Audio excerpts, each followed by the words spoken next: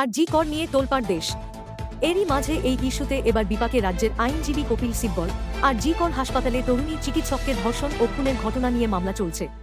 আর জি কর নিয়ে তোলপাড় দেশ।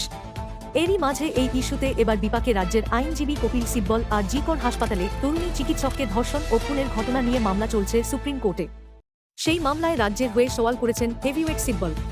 এবার সেই আইনজীবীকেই বার অ্যাসোসিয়েশনের অনাস্থার মুখে পড়তে হতে পারে। সূত্রের খবর এমনটাই। আর জি কর ইস্যুতে চাপে রাজ্যের আইনজীবী সিব্বল। জানা গিয়েছে, গত ২-১ আগস্ট আর জি করের ঘটনা প্রসঙ্গে একটি বিবৃতি প্রকাশ করেছেন সিব্বল। সেই নিয়েই যত বিতর্ক। সুপ্রিম কোর্ট বার অ্যাসোসিয়েশনের লেটার হেডে সেই বিবৃতি প্রকাশ করে লেখা হয়েছে, আর জি করের এই ঘটনা অস্থির সময়ের ইঙ্গিত বহন করে। সিবিআই তদন্তভার হাতে নিয়েছে। আশা করা হচ্ছে নির্যাতিতা ন্যায় বিচার পাবেন, অভিযুক্তের শাস্তি হবে। পাশাপাশি আগামী দিনে দেশে যাতে এই ধরনের ঘটনা না ঘটে তা সরকারকে নিশ্চিত করতে হবে। চিকিৎসকদের নিরাপত্তার স্বার্থে দেশের সর্বোচ্চ আদালত সুপ্রিম কোর্ট ঐতিহাসিক পদক্ষেপ গ্রহণ করেছে।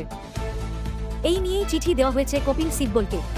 অভিযোগ, নিজের পদের অপব্যবহার করে কোনো সদস্যের সঙ্গে আলোচনা ছাড়াই একতরফা একটি বিবৃতি প্রকাশ করেছেন সিব্বল, যা একান্তই তার ব্যক্তিগত মতামত।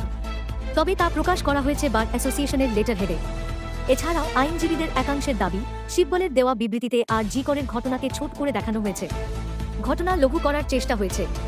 এই প্রশ্ন উঠছে, একদিকে তিনি যখন পশ্চিমবঙ্গ সরকারের হয়ে আর জি কর মামলা লড়ছেন, অন্যদিকে আবার দোষীদের শাস্তিও চাইছেন। এতে স্বার্থের সংঘাত হতে পারে বলেও আশঙ্কা আইনজীবীদের অনেকের। ইতিমধ্যেই এই ইস্যুতে সিব্বলের উপর চাপ দেওয়া শুরু হয়েছে। সিনিয়র আইনজীবী তথা বার অ্যাসোসিয়েশনের প্রাক্তন সভাপতি আদি সি আগরওয়াল সিব্বলকে চিঠি দিয়ে ৭-২ ঘণ্টার মধ্যে ওই বিবৃতি প্রত্যাহার করতে বলেছেন। পাশাপাশি বারের সকল সদস্যের কাছে ক্ষমা চাওয়ার কথাও বলা হয়েছে। যদি সিব্বল এমনটা না করেন তাহলে অ্যাসোসিয়েশনের সভাপতি পদে সিব্বলের বিরুদ্ধে অনাস্থা প্রস্তাব আনা হবে বলেও জানা হয়েছে। সব মিলিয়ে তুমুল চাপে রাজ্যের আইনজীবী।